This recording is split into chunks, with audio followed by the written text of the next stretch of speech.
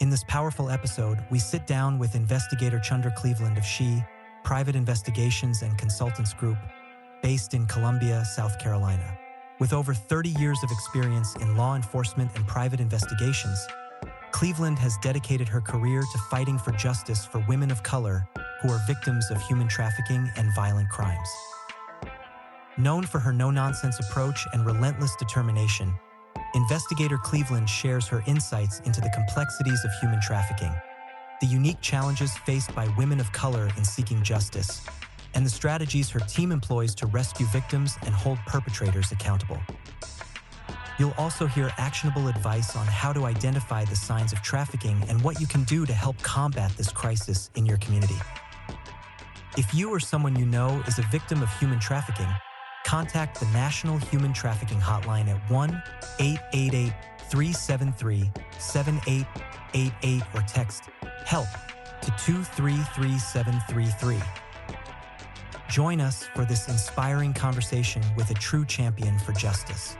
Don't miss it, because when Investigator Cleveland is on the case, she gets it done.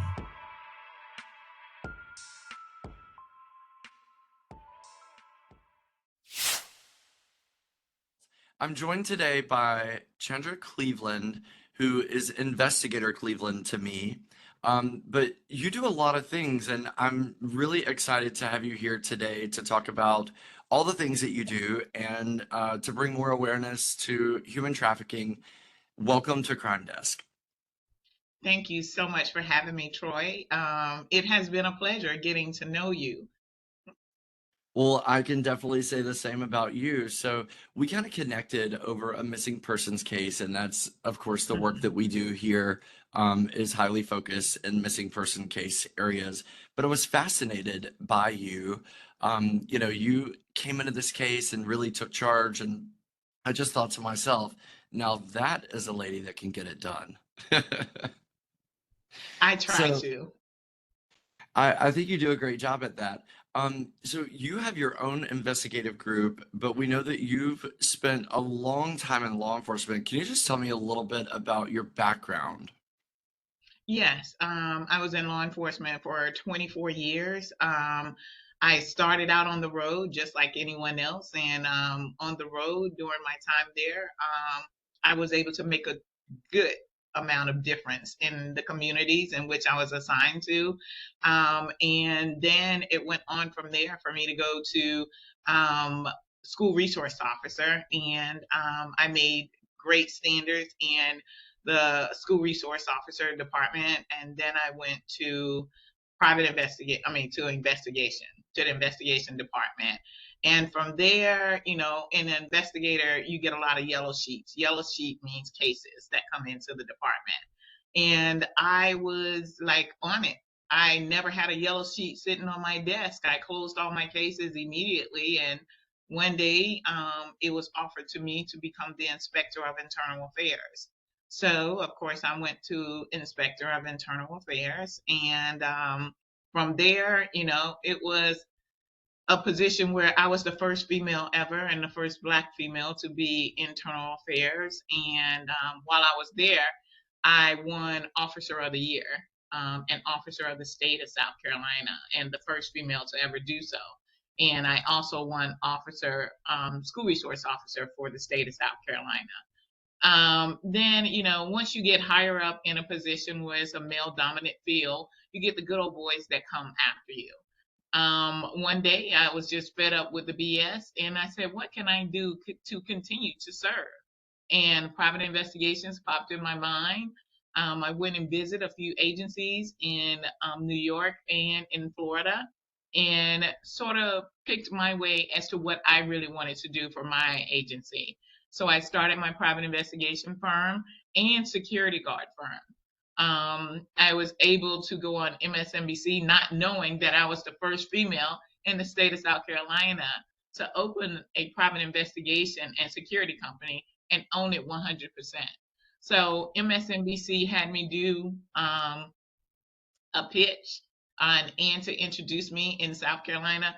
And I got so many offers that I had to tell them, slow down. I'm just starting in South Carolina. I haven't ventured to other states, but I got a lot of offers to go to other states. Then during my career, I've had my PI firm now for 19 years. July will be 20 years this year.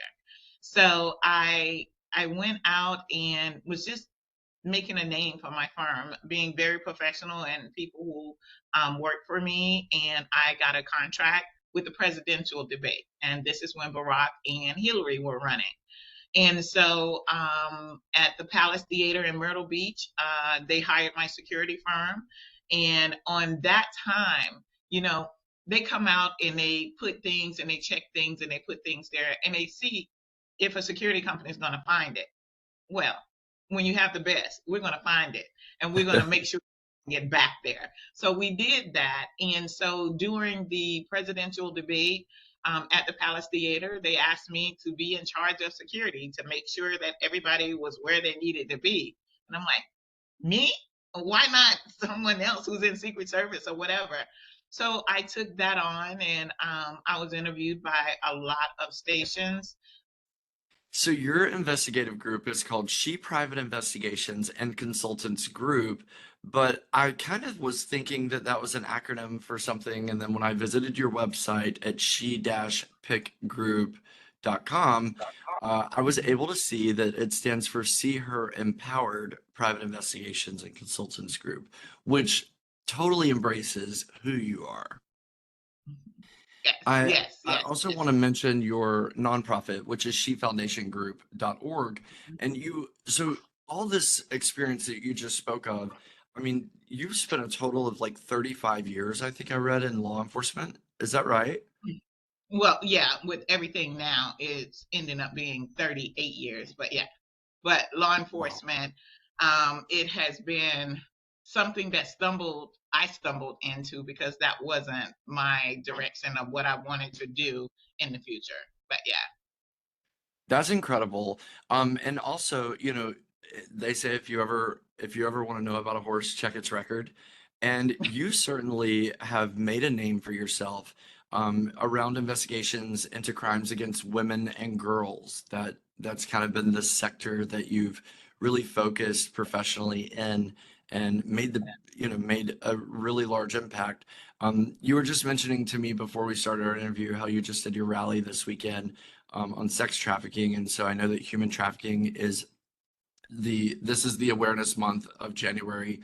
And unfortunately, it's not every month because it is every single day It that is. we write these stories and we see these stories. And I often have questions about what all is considered human trafficking or all the different forms of it because it seems to be a growing network and a lot of different concerns. But can you just walk us through some of the services that you offer in your investigative group, um, and what it is that you specifically do there for folks? Well, my group is kind of unique, and it's not many of us out there.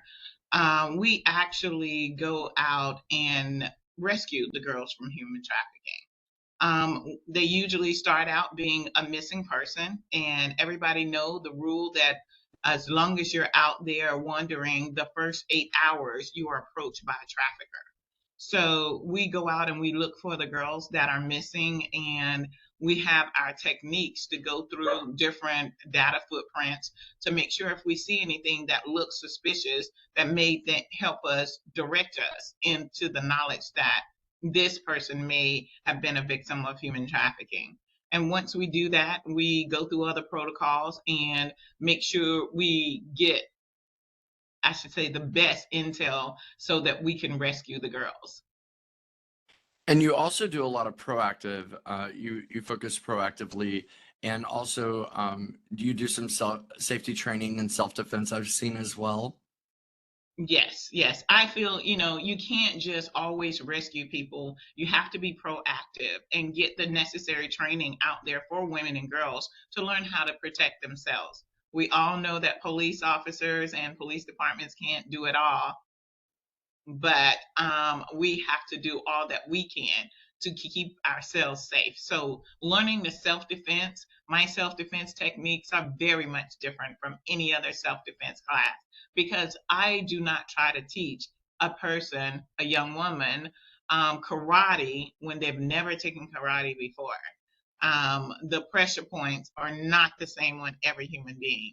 And we all know that these people sometimes are under the influence of some type of drug. So you know that some of those techniques of karate, and they have helped, I guess, for some people. But in this case, we teach them the cat fight self-defense. And it's a surprise technique that will get almost anyone of any age on any drug, will give them the leverage for you to use it and get away from them.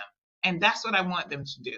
Self-defense does not mean you have to stand there and fight with someone and hold them and do a pressure point. Self-defense is meaning to defend yourself so that you can get away. Right. So, how's your perspective on investigating crimes against women actually evolved throughout the years? I've seen this evolve. I was a flight attendant, and so we went through a lot of human trafficking training, watched a lot of videos, and then now in my career as a journalist, I just see it a totally different way than some of the training that I saw then. So, what's your opinion of how it's evolved throughout the years from where you started? Well, it had an opportunity to evolve because of the lack of educating communities and businesses as to the aspects of how trafficking really happened. And for me, I think that was done a little bit intentionally to redirect you from how it has become this 150 billion plus industry that we are trying to fight right now. There are bigger players in this, bigger industries in this. So the way you were trained was just to target a very small fraction of a way that human trafficking was done.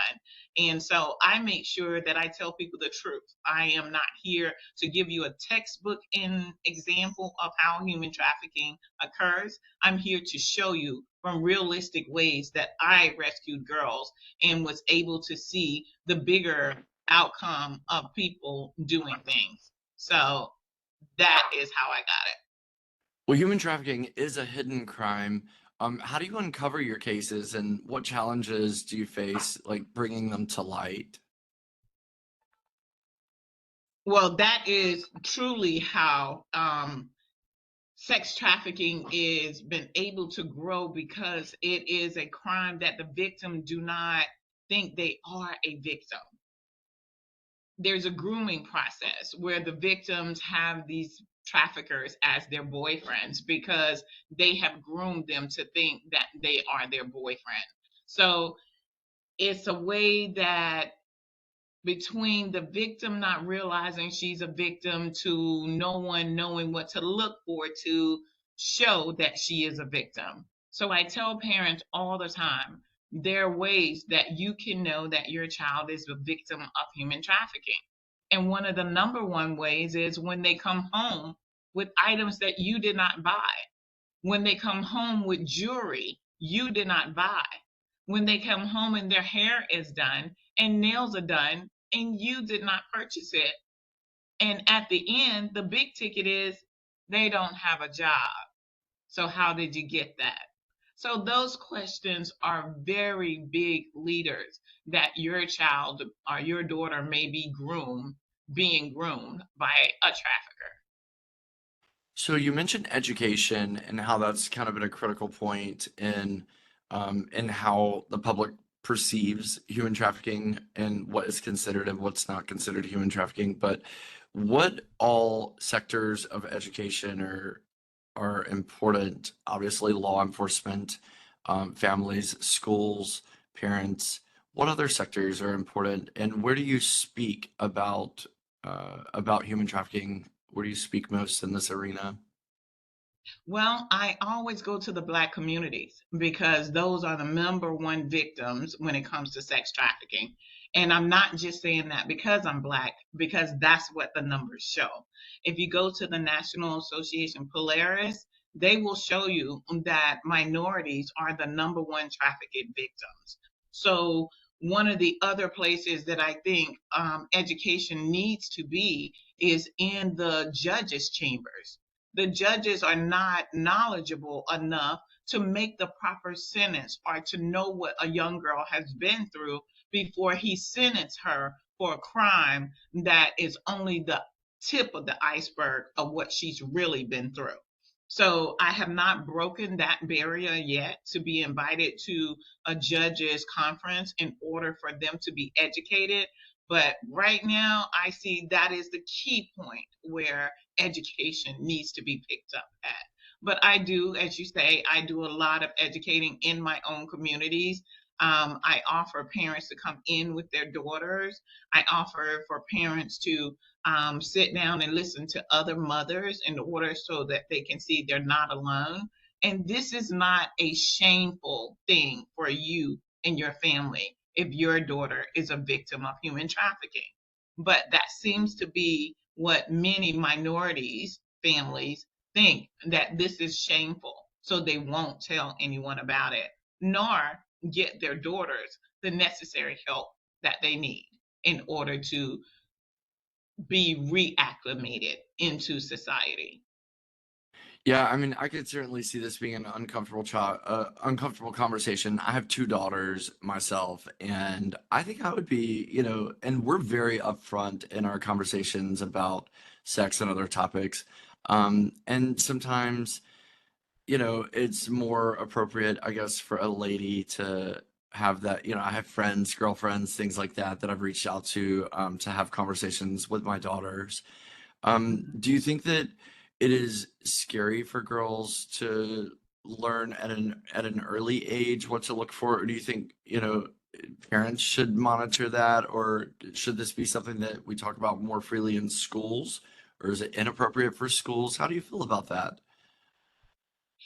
If you as a parent has made the choice to give your child a cell phone, then your child is already having these discussions. Your child already knows about someone or heard of someone who has been trafficked. Your daughter, your child, however small they are, that you decided to give them that cell phone, knows a whole lot more than you do as a parent. Because in those chat rooms that I have been able to sneak into, Yeah, I there's would there's not have known any of that. nothing good goes on in most of those. And I have a 12-year-old son who likes to play video games a lot. And I constantly try to, he does not have a cell phone, by the way. He's really not ready for a cell phone, but I try to explain to him, when he's playing these games, this may not be your 11-year-old friend. This could be a 45-year-old man. You just don't know who's on the other side of the screen, and kids just really have too much freedom these days. So I love that you shared some red flags and things for parents to look for, but it doesn't just Before we happen go to on, girls. Troy, let me tell you something else. I'm Mhm. glad you brought up your son, and he likes to play video games.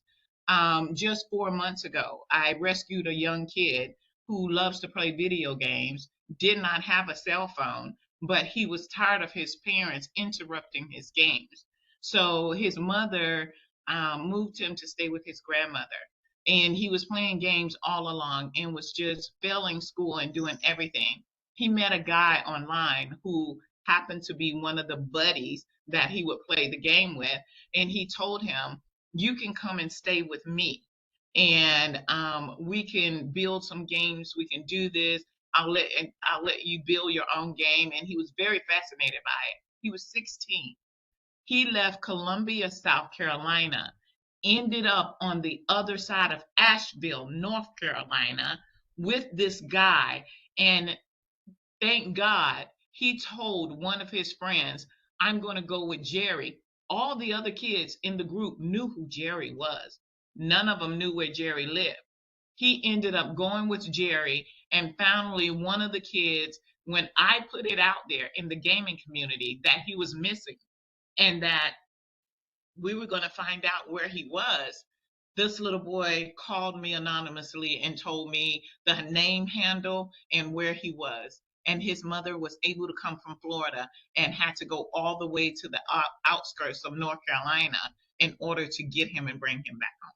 The guy took him and put him outside at a mall, and he was able to get to the other friend, and the friend told her mom where to go and get him.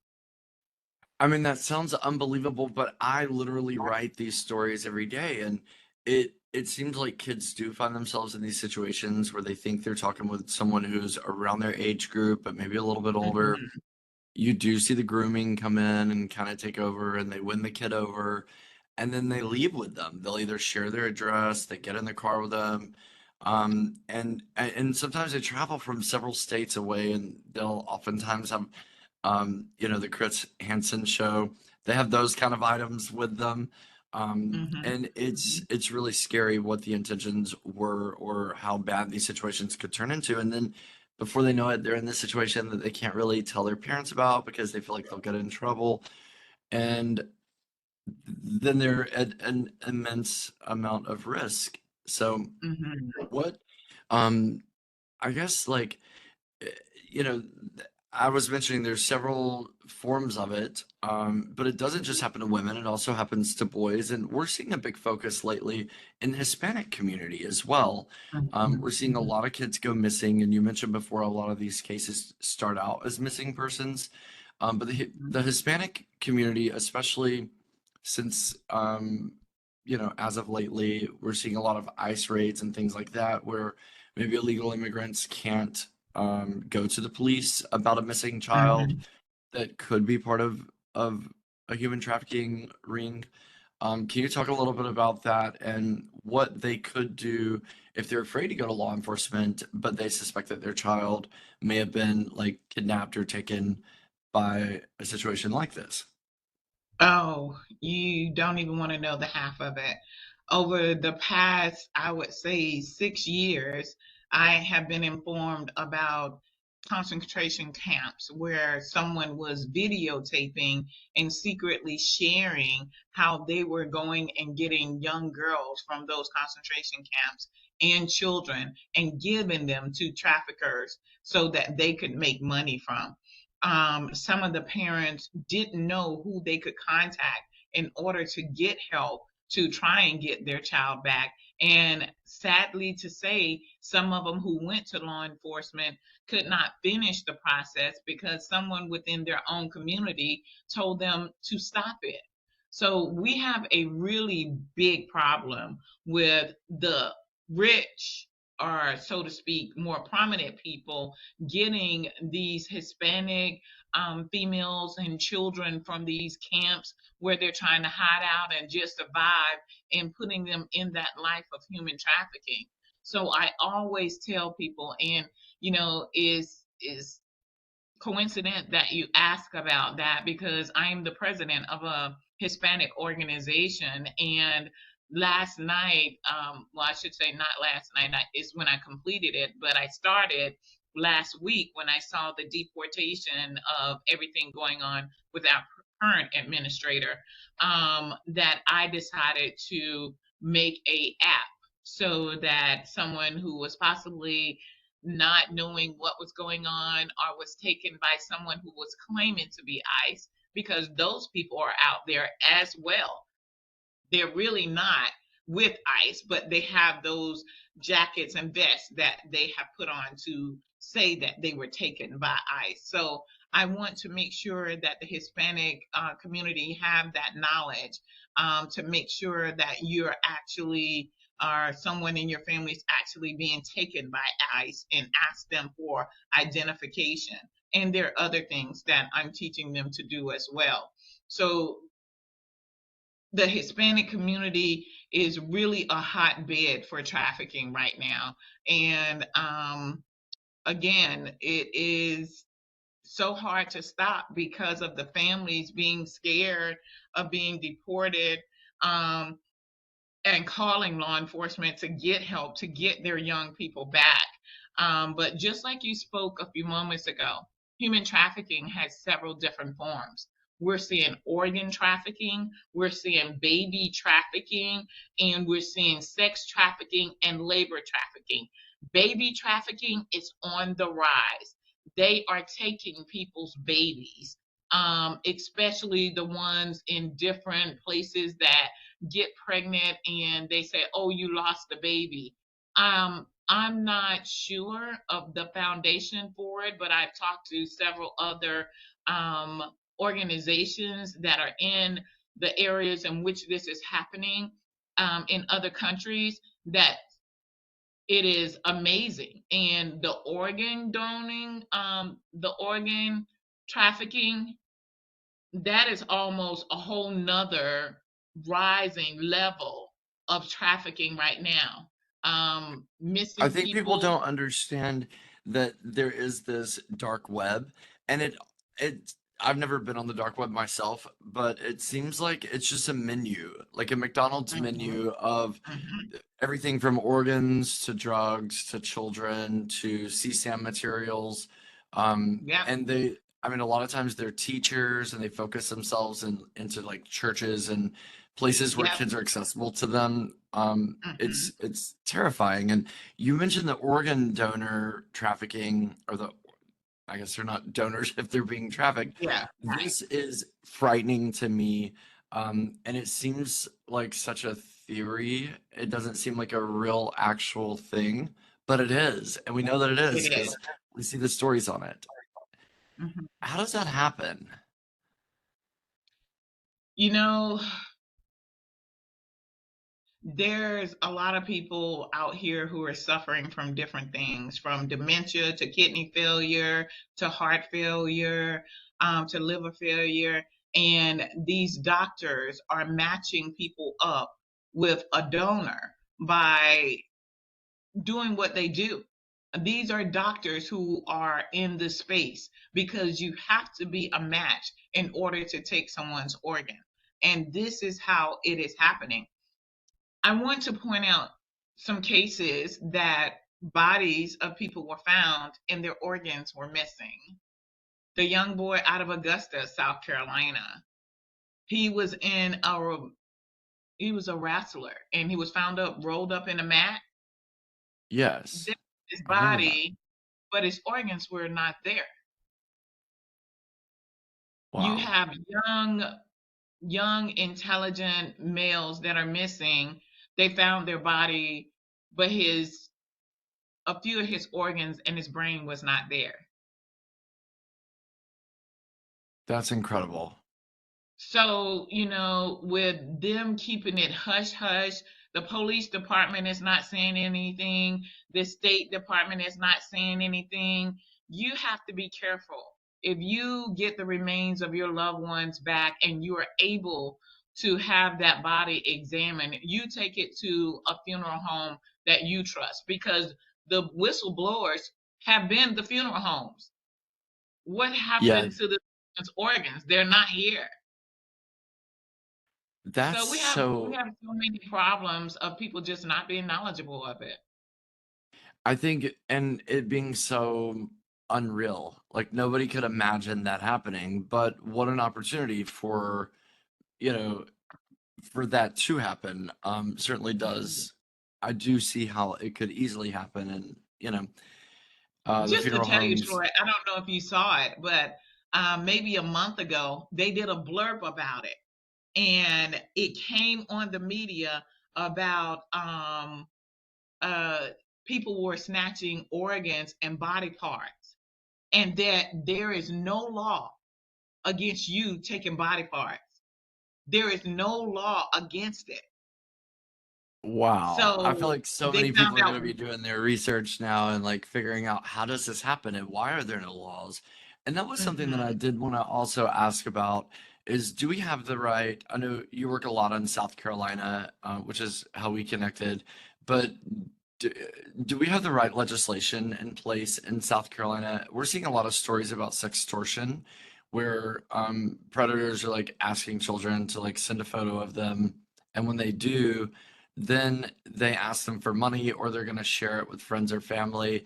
And then these kids are like, mowing grass or, doing little oddball jobs to raise enough money to keep um, their extorters paid. But then they run out of the ability to do that and oftentimes commit suicide. So do we have the right legislation in place, or is there work to do in that area with our General Assembly as well?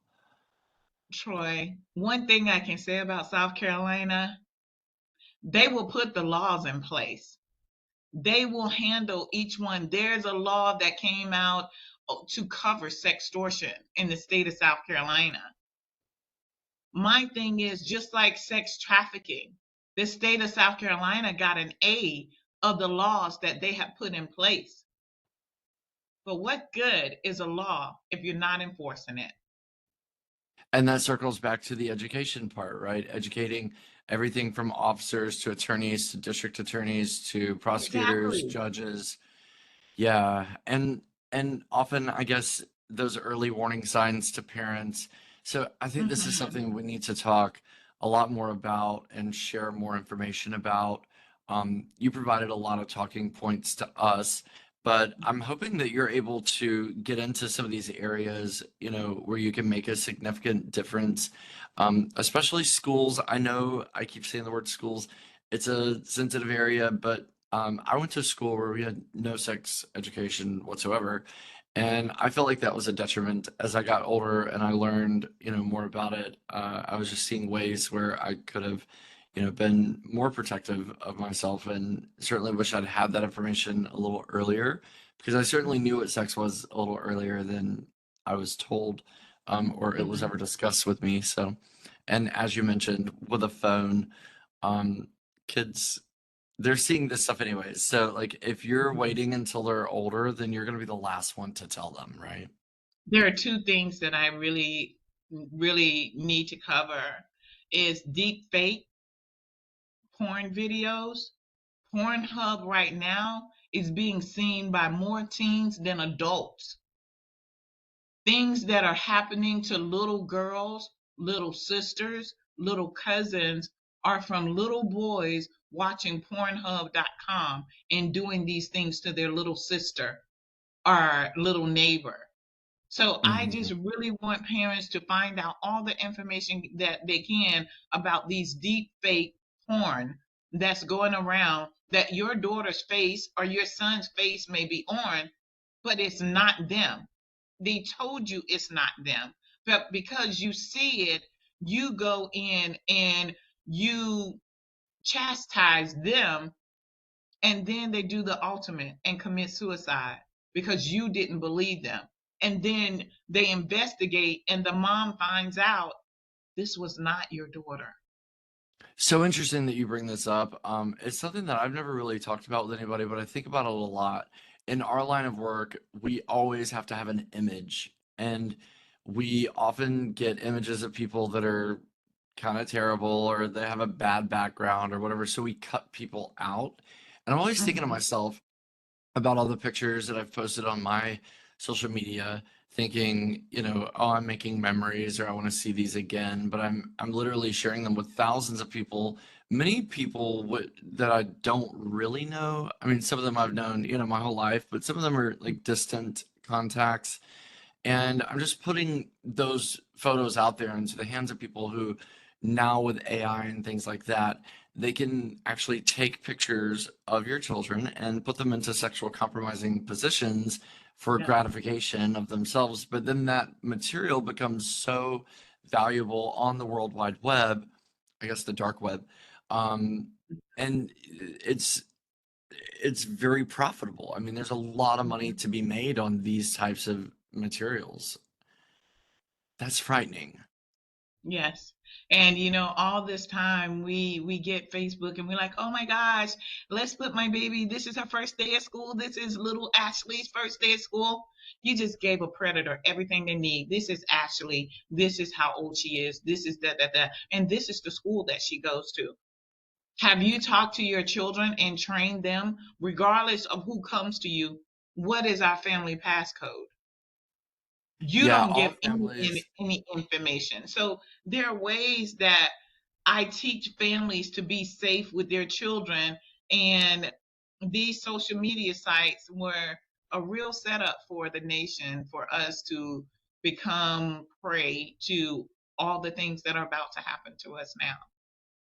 So the FBI has a great program called Take It Down, and people can go Hmm. to FBI.gov to get more information about Hmm. that. If you feel like your children or even Yeah. yourself, if you've ever sent photos out and you want to try to get those taken down, there certainly is a movement to do that. And And I also, was so glad when they did that. Yeah, they have a lot of, of course, the IC3 hotline for reporting Hmm. sexually, explicit material and things like that. So there are some tools in place, and then of course, the National Center for Missing and Exploited Children, And exploited NCMEC. children. Yeah, I do a lot of their trainings, just so that I'm better at, reporting these stories. But their trainings are available to absolutely anyone, and they have a great Everyone. training network. Yeah, so I like to tell people about those. So, Chandra, how can people get into your realm? How can they learn from you? I love that you've got, all these things that you want to get out there. How can people do that? Do they just visit your website? Yes, they can visit my website and schedule an appointment with me to talk to me about whatever situation they list into the information block on the website. Okay. And so if you could just give one piece of advice for investigators and people that advocate in this field, what would that be? Stay educated. It changes day by day by day, especially if it has anything to do with technology. Never think that what you know now is going to be the same for tomorrow.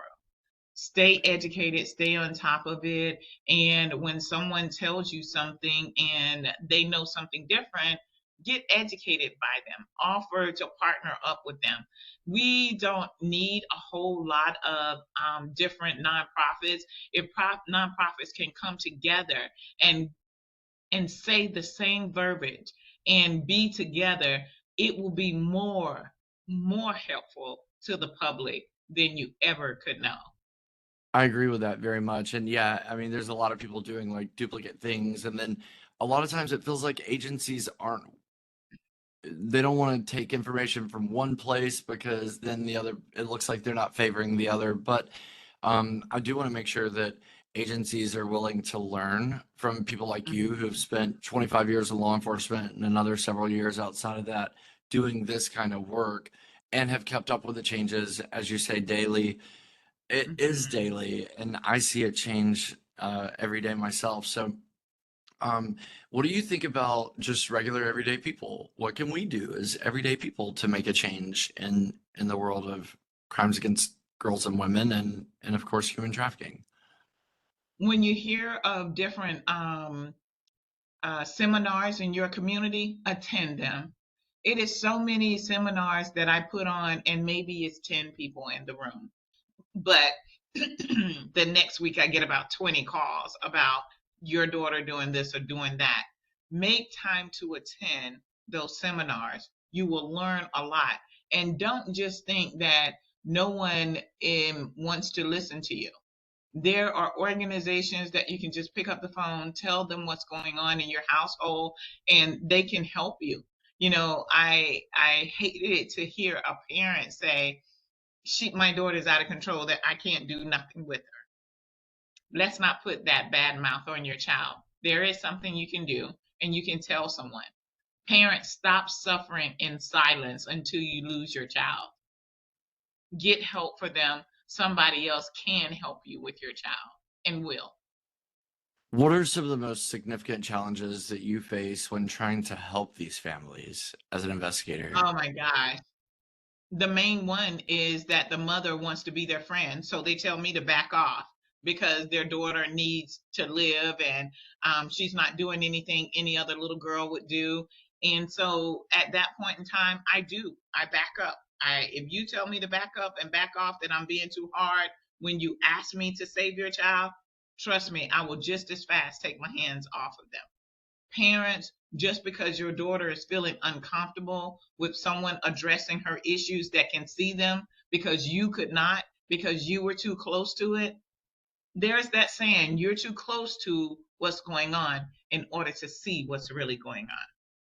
Yeah, don't you So think it's a deeper thing? Like, it's not just wanting to get your fingernails painted or like have a cute hairstyle this week, but it's more about like being loved. that's it. Being loved and paid attention to, that you see the difference in your child's eye. You see that sparkle is gone from their eye. You, as a parent, need to be there in order to know those things. You see that oh, she said she need a break and she left the house. She said that she usually go to Mary's house or whatever, so I'm not too worried about her. Those are the behaviors that traffickers get the girls to do. For them to leave home, they'll bring them back the next time. They leave home for 2 more days after that day, and then she'll come back in 2 days. And when he takes her on the third time, you're able never to see her again. Yeah, we don't do sleepovers at my house. I've told my kids when they get their own house, they can invite whoever to sleep over there that they want, but we do not do sleepovers. My I'm mom terrified. never did. Yeah, My I mom mean, had 6 girls. 6 girls. 6 girls. No sleepovers for us. Never did. You better Wow. not part your lips to ask in front of no one or anything like that. We never did it. Not even cousins. Yeah, I mean, I even as a kid, I don't remember spending the night with very many friends. Maybe I went on field trips with school that were out of town, but that's about it.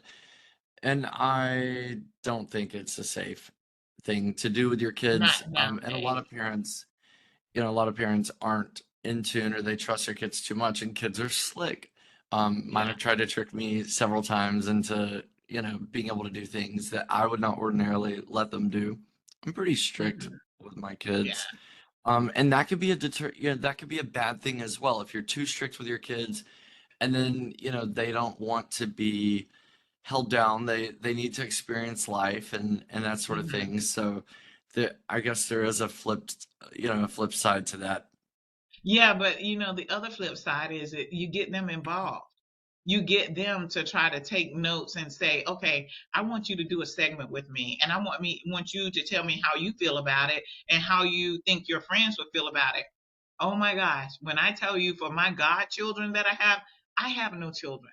I'm out here saving everybody's children. I have no children. I had cancer when I was 26 and could not have kids.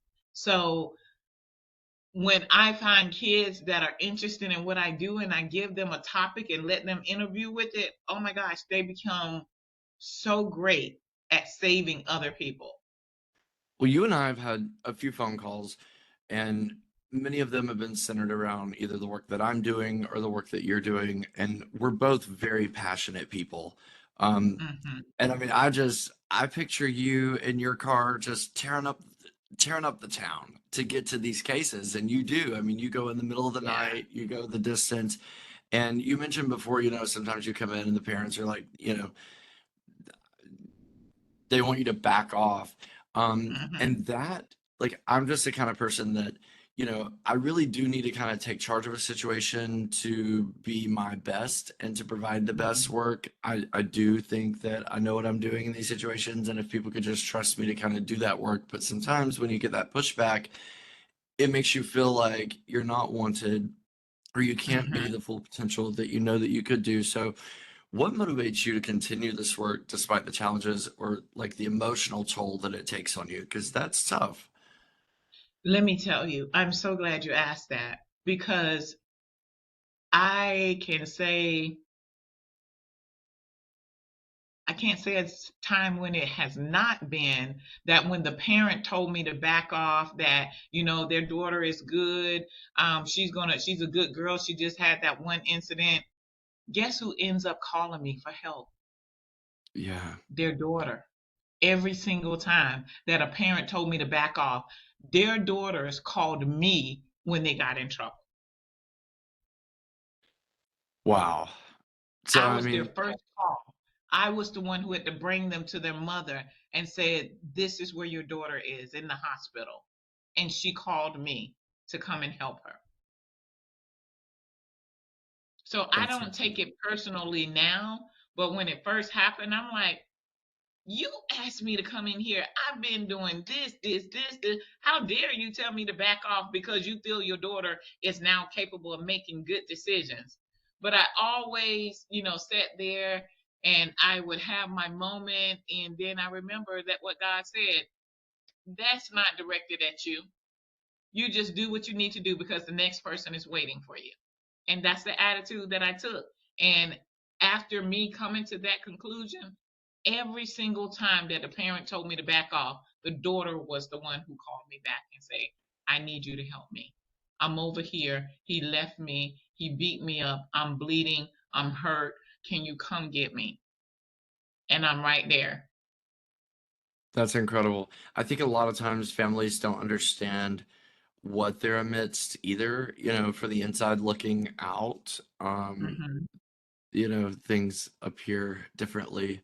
So, what are some of the goals for your agency? I know you want to do more speaking engagements and get your knowledge and your information out to more people.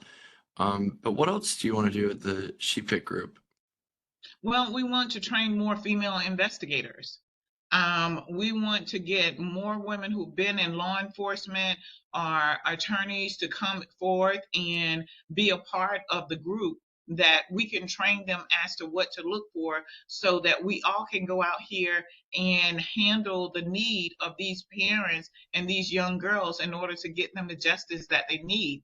So we're looking for more female investigators in order to go down this road with us, to save the parents, to save the children, and to educate the community in which we all live in. Because education is the first vital thing that we need to do so that we can safely save our communities. I'm not asking anyone to go out there and take charge and get a gun. No, I'm asking you to take the training so that you will know how to successfully and inclusively help save your community and any other young girl in your community. Are you guys equipped, or you girls, you ladies, are you ladies equipped to handle LGBTQIA children as well? Oh, yes, yes, yes, yes. The cases that I have been having lately, and the association of the LGBTAI,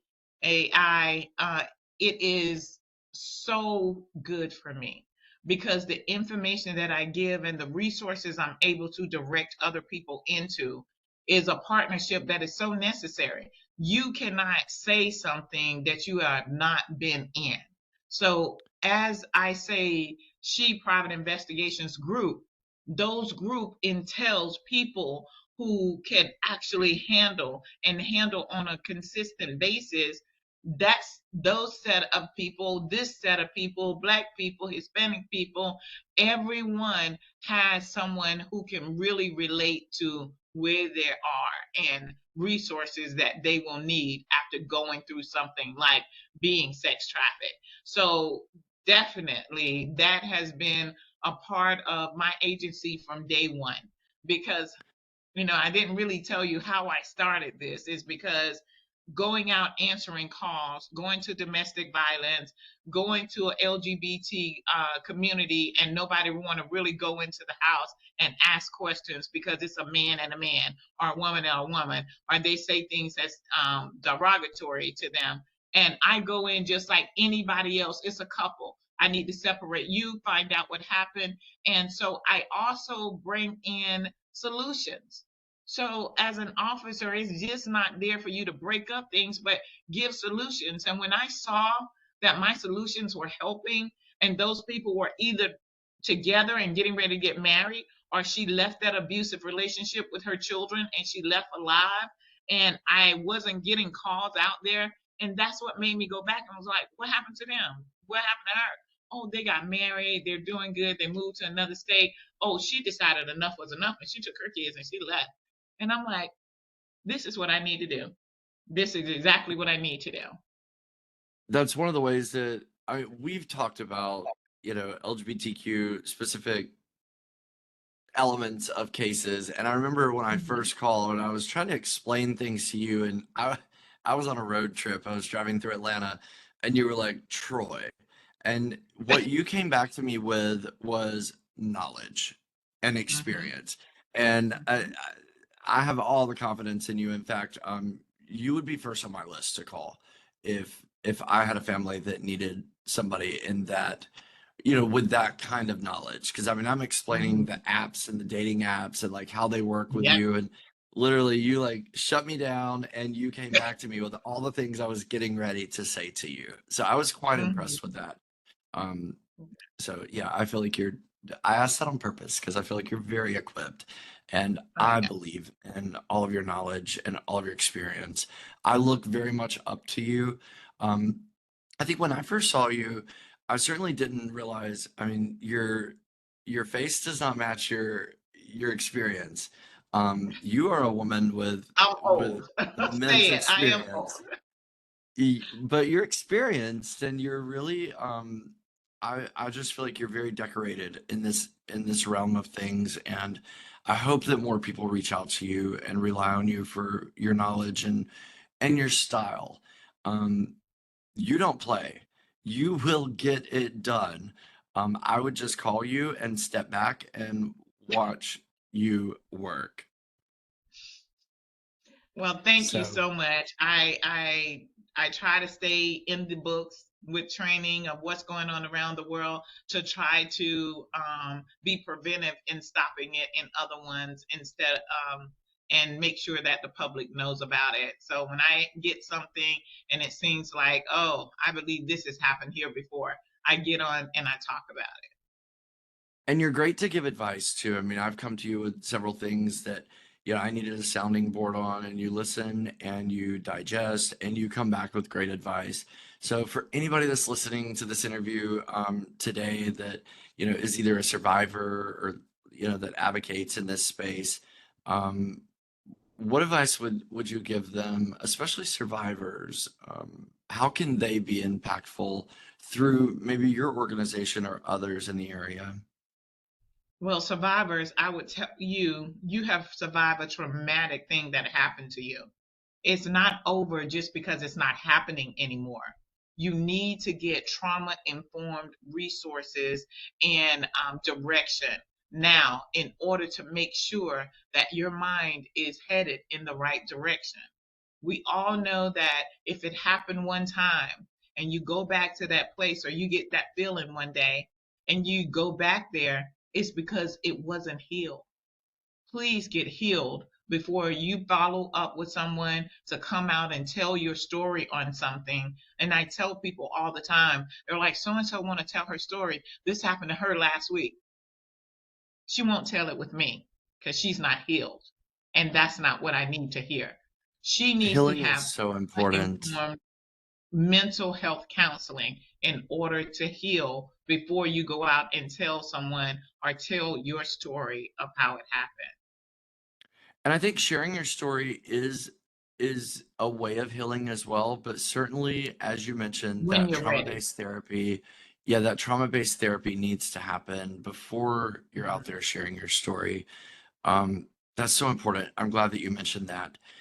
Investigator Chandra Cleveland, thank you so much. She Private Investigations and Consultants Group can be found at dash pick foundation, or it's she dash pick group.org, right? You tell us, what No, is it? it can be found at she-picgroup.com or our foundation at shefoundationgroup.org. And you can You call us at 803-897-7008 or 855-218-7252, I think. okay, Investigator Chandra Cleveland of She Private Investigations and Consultants Group.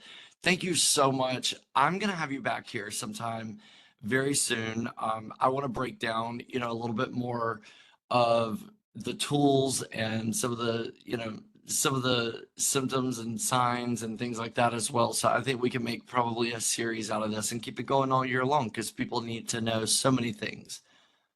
Yes, yes. Thank you so much for joining me today, and we'll do this again soon.